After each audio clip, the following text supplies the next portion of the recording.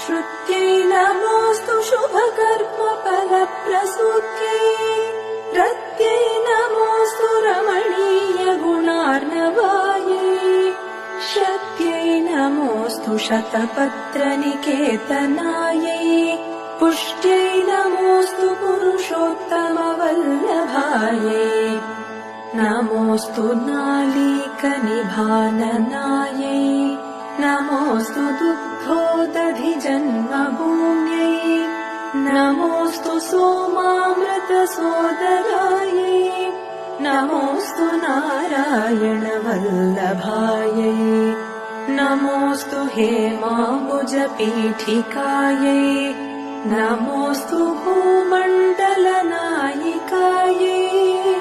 नमोऽस्तु देवादिदयापरायै नमोऽस्तु शार्दायुधवल्लभायै।